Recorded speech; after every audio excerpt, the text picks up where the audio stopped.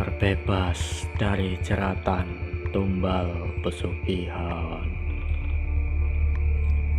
Sebut saja namanya Anton.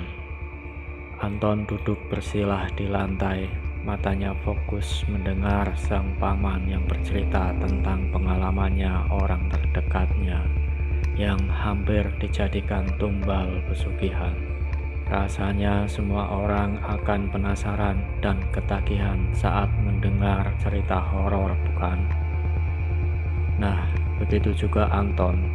Saking fokusnya, ia tidak sadar mulutnya mengangah beberapa senti sebelum akhirnya sang ayah menutup pelan dengan satu tangannya. Pamannya yang bernama Gendis ini melanjutkan cerita. Kira-kira jika diulang seperti ini. Jadi, belum lama ini ada temannya yang memang dikenal sebagai orang terkaya di daerah Depok. Rumahnya luas, tanah tersebar di mana-mana, bahkan jika ke rumah orang tersebut, setiap tetangga akan rela berlama-lama karena orangnya sangat baik. Jika ada tamu, selalu dijamu dengan makanan yang enak. Sosok yang dipanggil Somad ini juga dikenal dermawan kepada anak yatim. Setiap hari ia meluangkan waktu untuk mengadakan syukuran kecil-kecilan di rumahnya. Somad tidak pandang bulu, siapa saja bisa datang saat itu untuk diajak makan bersama. Namun yang namanya usaha, agaknya tidak semua akan berjalan mulus. Diketahui salah satu usaha yang ia rintis mulai bangkrut karena ada pegawai yang tidak amanah. Hal tersebut perlahan-lahan membuat mobil mewah yang ia koleksi satu persatu dijual. Cabang toko bangunan mulai tutup di berbagai daerah, bahkan rumah mewah yang ia miliki tidak bisa diselamatkan lagi. Ungkapan manusia tidak selamanya ada di atas mungkin cocok disematkan kepada Somad kali ini. Singkat cerita, setelah keterpurukan tersebut, Somad keluarga hidup pas-pasan, bahkan serba kekurangan. Maklum saja, saat itu Somad bukan lulusan SMA, apalagi sarjana dari perguruan tinggi. Ia hanya mengenyam pendidikan sampai SD, itu pun tidak lulus. Perihal usahanya dulu ia jalani dengan modal tekad dan otodidak. Sekarang ia hanya menjadi pengangguran serabutan. Jika ada panggilan berarti ia dapat kerja, namun jika tidak, ia sekeluarga harus rela menahan lapar.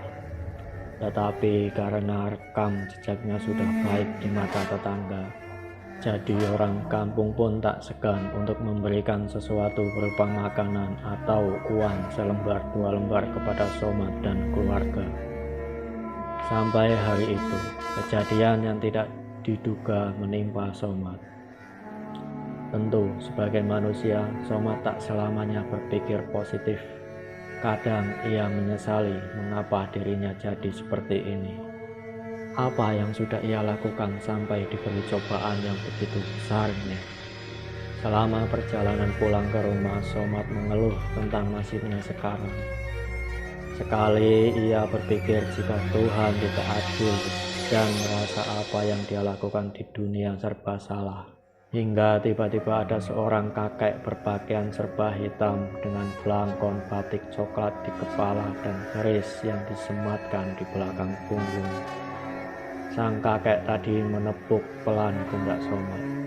"Saya tahu apa yang kamu pikirkan. Dulu saya juga ada di posisi kamu," ucapnya dengan lirih. Somad kebingungan. Pasalnya ia tidak tahu dari mana si kakek berasal dan tiba-tiba sudah ada di belakangnya.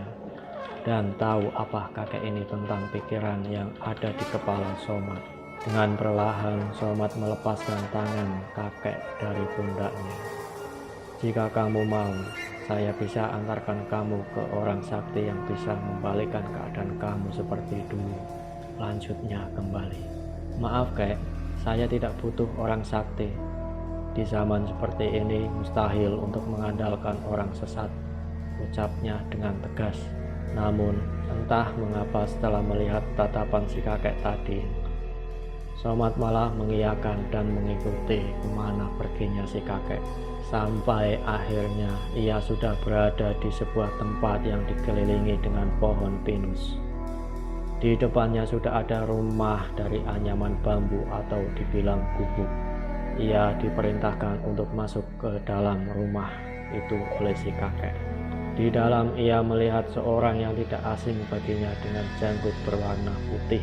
Orang tersebut mempersilahkan Somad untuk duduk di depan meja panjang warna hitam. Setelah itu dia mulai berbicara dengan Somad. Saya tahu apa yang kamu rasakan. Lihatlah di sekeliling kamu ada orang yang sedang bertapa untuk pesugihan.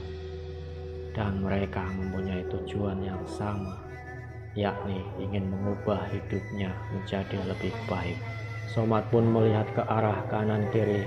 Memang ada yang bertapa, jumlahnya ada 6 orang. Sontak Somad kaget karena tidak mempunyai keinginan untuk melakukan pesugihan seperti mereka, apalagi dengan cara bersekutu dengan setan. Tanpa sadar, Somad mengucapkan perkataan yang memanggil Tuhan.